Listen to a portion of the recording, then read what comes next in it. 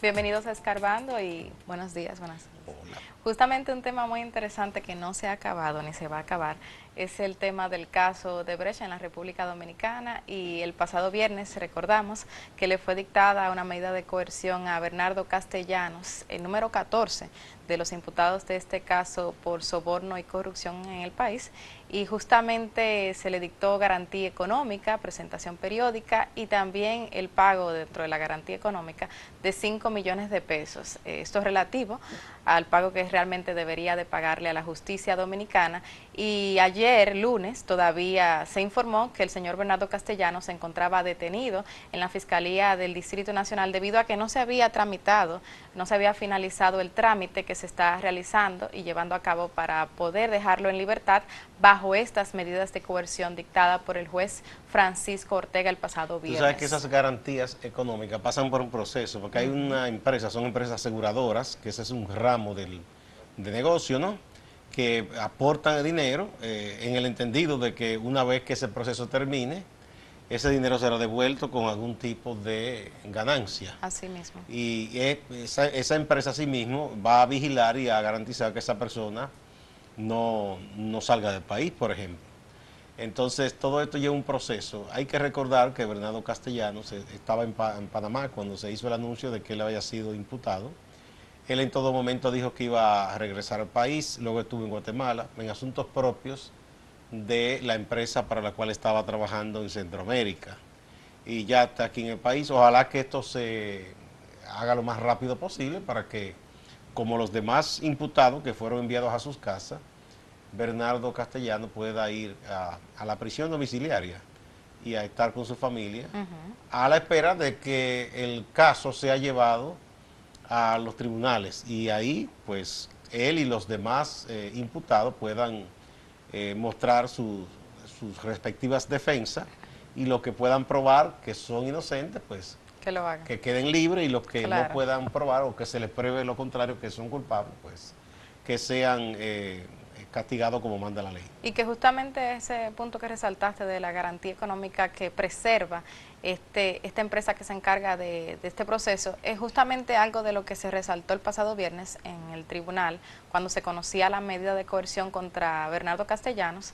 El hecho de que el Ministerio Público refutó en muchas ocasiones el punto resaltado por el abogado de Bernardo Castellanos, quien manifestaba que él se encontraba fuera del país cuando comenzó el proceso judicial debido a asuntos ya antes establecidos desde el año 2010. Él también mismo lo había contrato manifestado. De trabajo, tampoco no podía abandonar todo eso. Exacto, pero el Ministerio Público alegó de que había un peligro de fuga inminentemente debido a que él se retrasó básicamente en llegar al país, y duró más o menos más de un mes después que comenzaron los apresamientos. Los apresamientos comenzaron se realizaron el 29 de mayo, justamente antes de iniciar el mes de junio, y llegó al país Bernardo Castellano el 2 de agosto. Entonces, esto fueron una de las manifestaciones realizadas por el Ministerio Público, el hecho del peligro de fuga.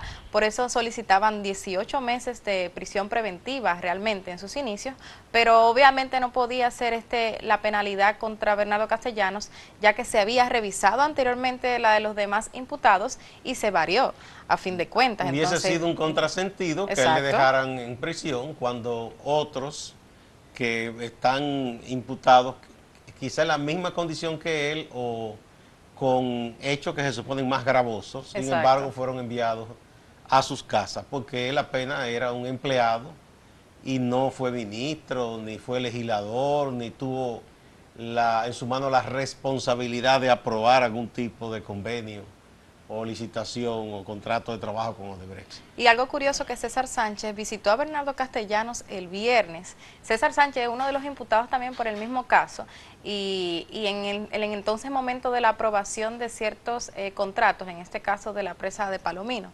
que es una de las que se le señala a Bernardo Castellanos, pues César Sánchez fue y alegó de que no tenía el pobre Bernardo, así mismo dijo él, pobre Bernardo Castellanos, que no tiene nada que ver con este caso, y sin embargo está siendo apresado cuando hay otras personas que deberían estar en su posición. Bueno, ciertamente esa parte que tú señalas, Carla, se ha venido diciendo desde los primeros días que se mencionaron esos nombres.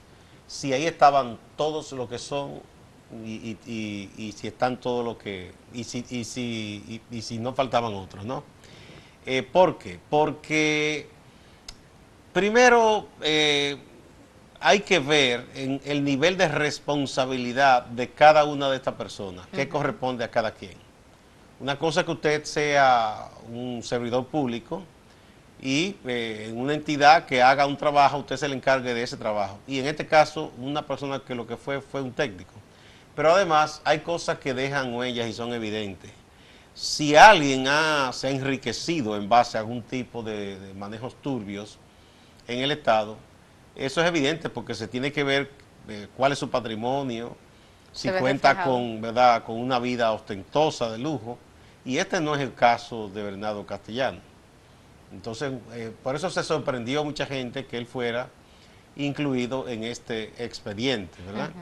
Eso es lo que se ha estado diciendo, que no es una persona que vive de manera modesta y que inclusive ha tenido que seguir, después de salir del gobierno, seguir trabajando muy duro para mantener su familia. Entonces, no es una persona que muestra evidencia de que se ha enriquecido en base a malos negocios, sí, y sacándole provecho a su condición de servidor público.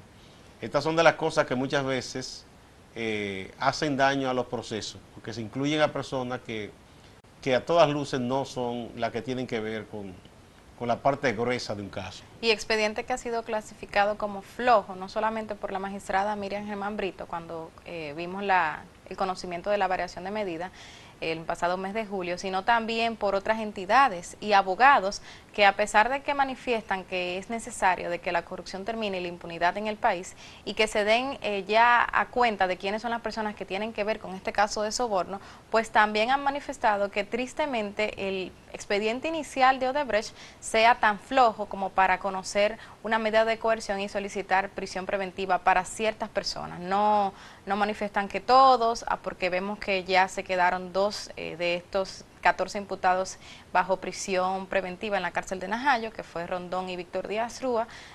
También está Pitaluga, entonces, con una prisión domiciliaria por ya los delitos un poquito más agravados que, según se han señalado, cometieron estos involucrados en el caso. Bueno, Carla, y ahora, en este espacio de tiempo, ya si ese era una de las patas faltantes en todo esto, el hecho de que había uno de los imputados que estaba en el país, ya está aquí, ya se le dictó la coerción.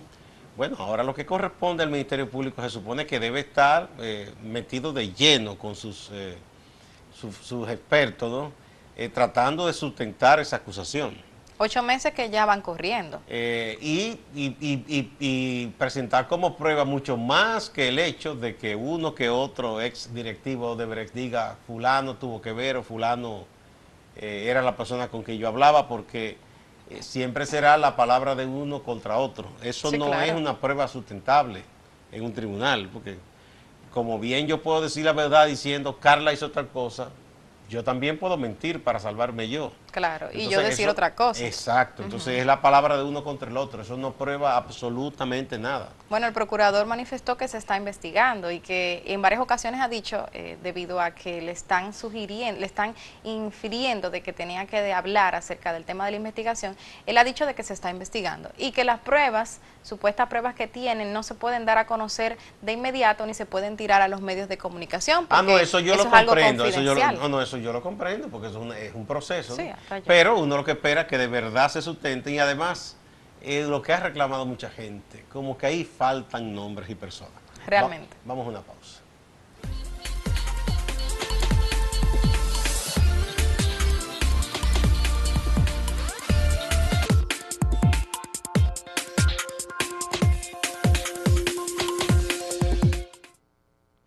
Señores invitados especiales, distinguidos miembros de la prensa, señoras y señores, el 16 de agosto del año pasado, ante el Congreso Nacional y ante el país, pronuncié estas palabras, cito: de manera especial quiero destacar nuestro compromiso de alcanzar, en coordinación con la Junta Central Electoral, un sistema universal de documentación civil para toda la población dominicana, de modo que se facilite el acceso a la seguridad social y a los diversos programas sociales del gobierno. Un niño sin documentación es un niño sin identidad y sin futuro. Termina la cita. Hoy damos un paso adelante hacia esa meta tan importante de nuestro gobierno, que los niños y niñas dominicanos tengan reconocida su identidad.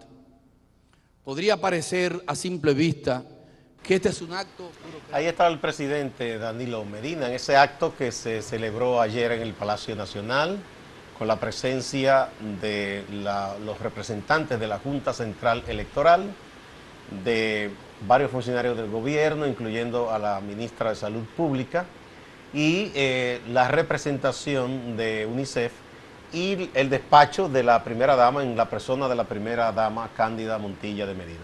Esto es muy importante. Se habla, y el presidente lo admitió y habló, de que el 12% de los niños dominicanos y dominicanas carecen de registro civil, es decir, no tienen el nacimiento. Mucha gente se espanta con esto y ya comenzaron los famosos antihaitianos diciendo que cuidado, que si hay registrar haitianos que van, que cuidado, que por qué UNICEF no se va a Haití a hacer eso. Señores, esto es un programa muy positivo.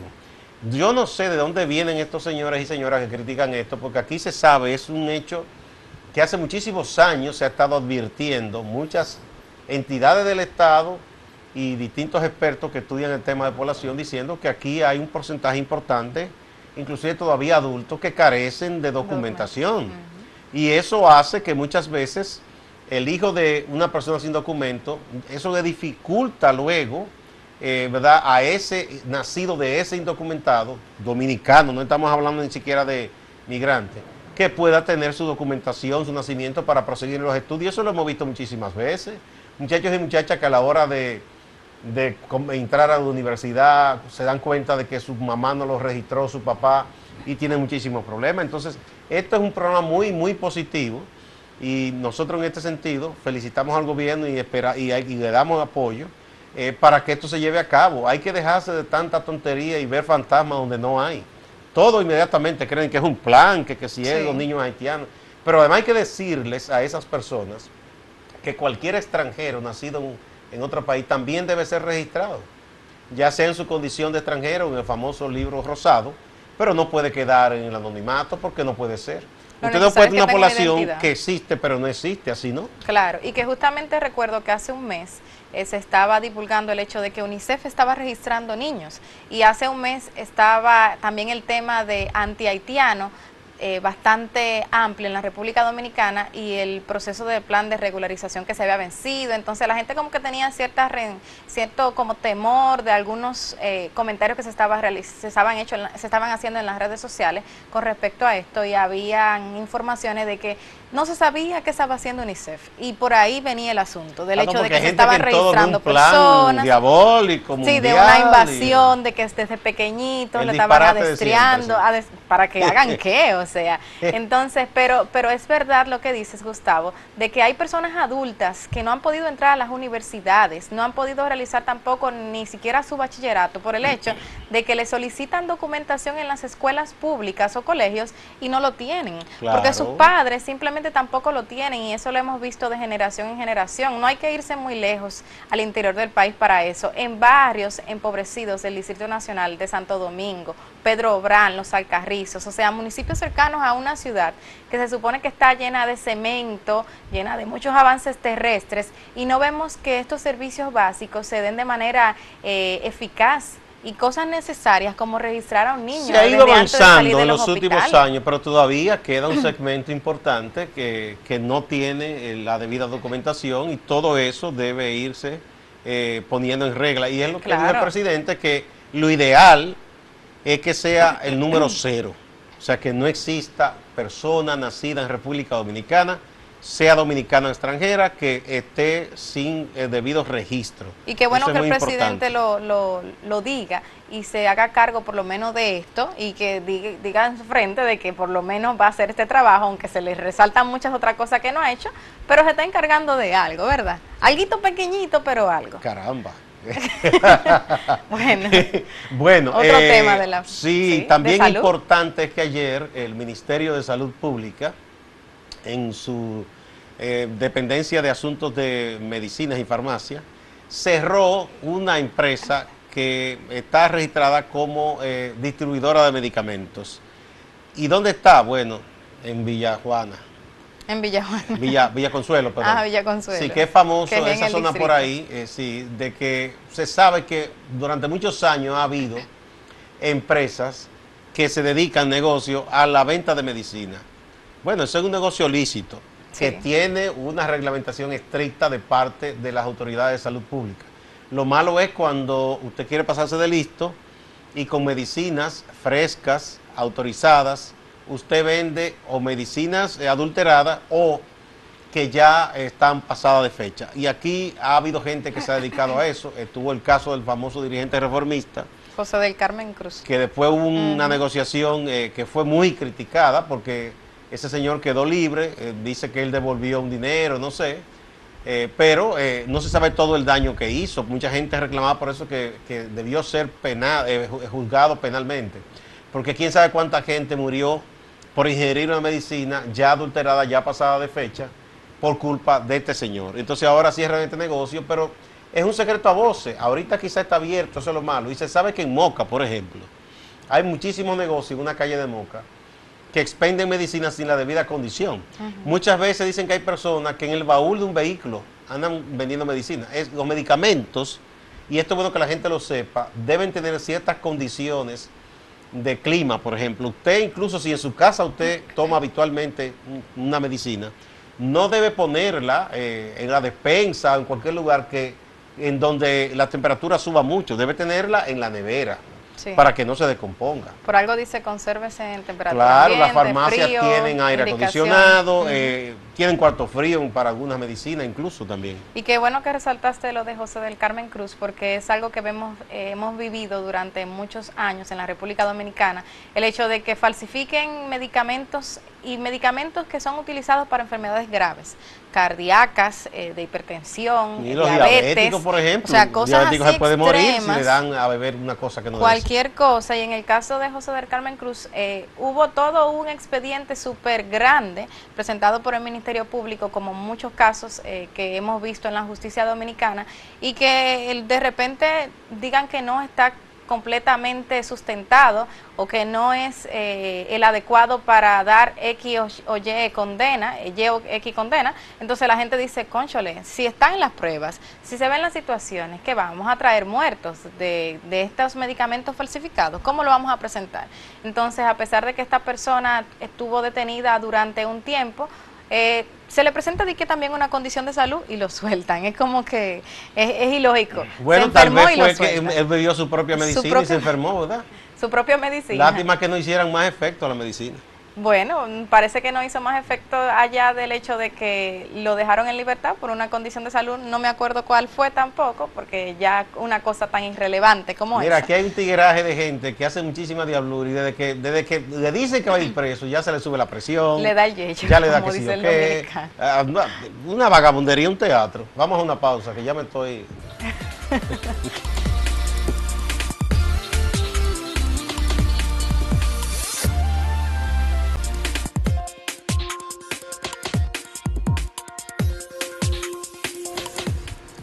Bueno, un grupo de venezolanos y venezolanas hizo una petición ayer que yo pienso que es atendible.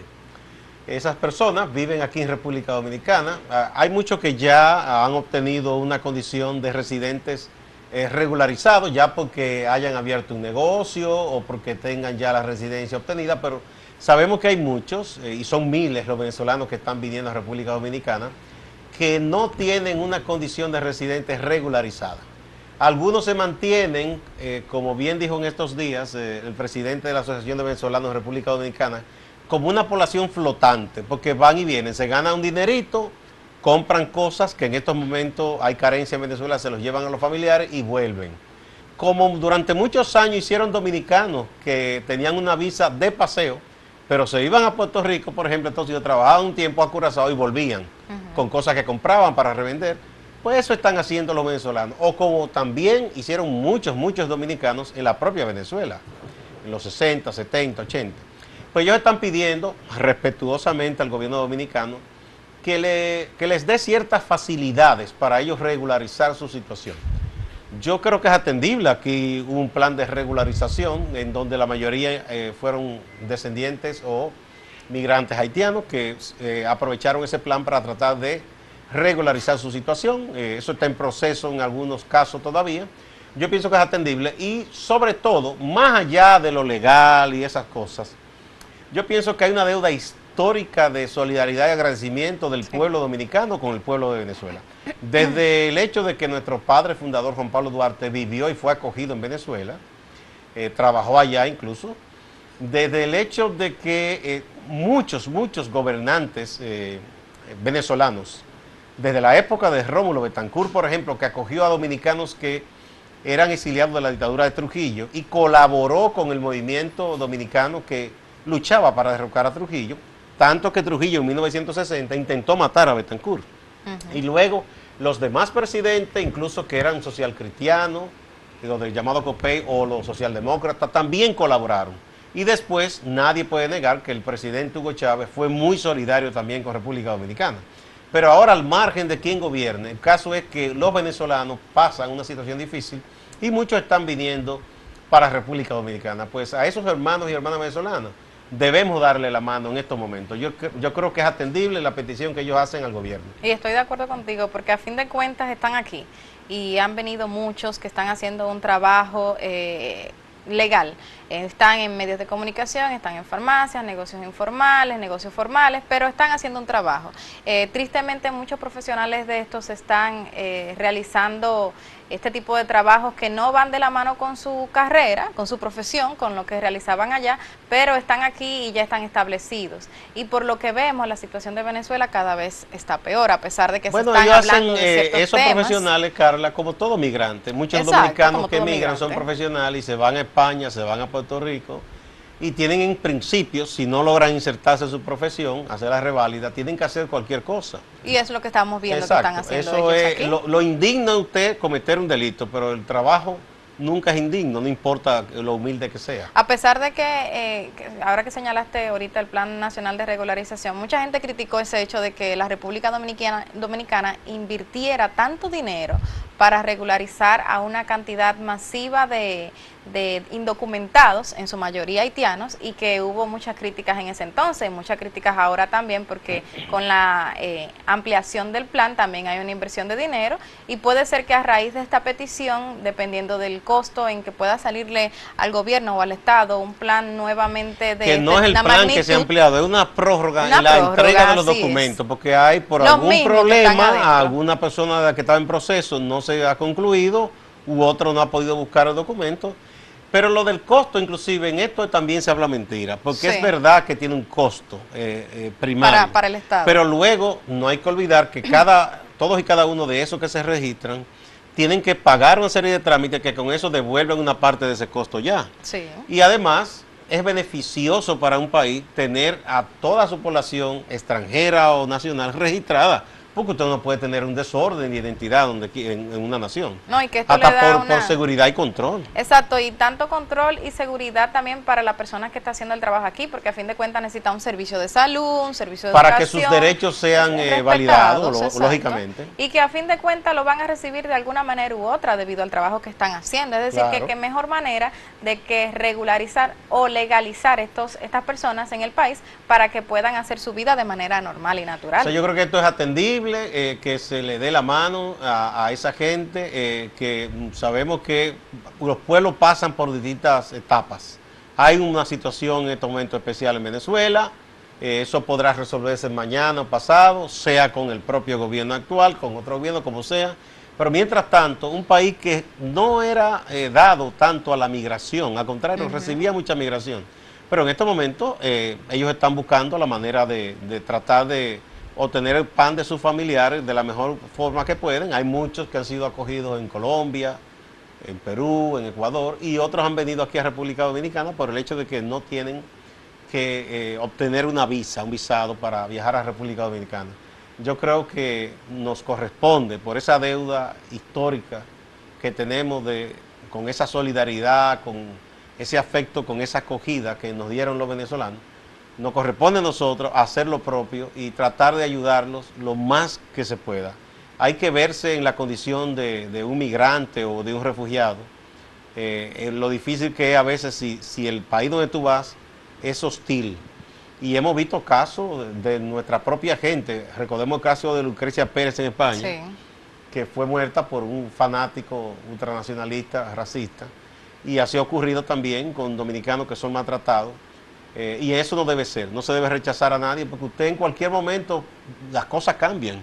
Y usted no sabe si por una circunstancia usted se verá en la obligación de dejar su tierra e irse a vivir a otro país. Y a nadie le gustaría que a su propia gente, ni a usted mismo, se le trate mal eso por su condición de extranjero en cualquier país donde usted vaya. Y hoy estamos aquí, mañana no sabemos dónde estaremos. Ahora, como fue tan pronto que se hizo esa propuesta por parte de los inmigrantes venezolanos, que fue ayer, vamos a ver qué dice el gobierno, qué dice el Estado, a qué se llega a fin de cuentas con esta petición. Y sí, esperamos que se llegue a un acuerdo sano y que realmente sea algo distinto en el trato de estos inmigrantes en la República Dominicana. Pienso que debe que no ser lo hemos tratado mal, tomando en cuenta el sí, aspecto humano, lo humanitario. lo Bien. humano. ¿Llegamos al final? Muchas gracias, nos vemos mañana.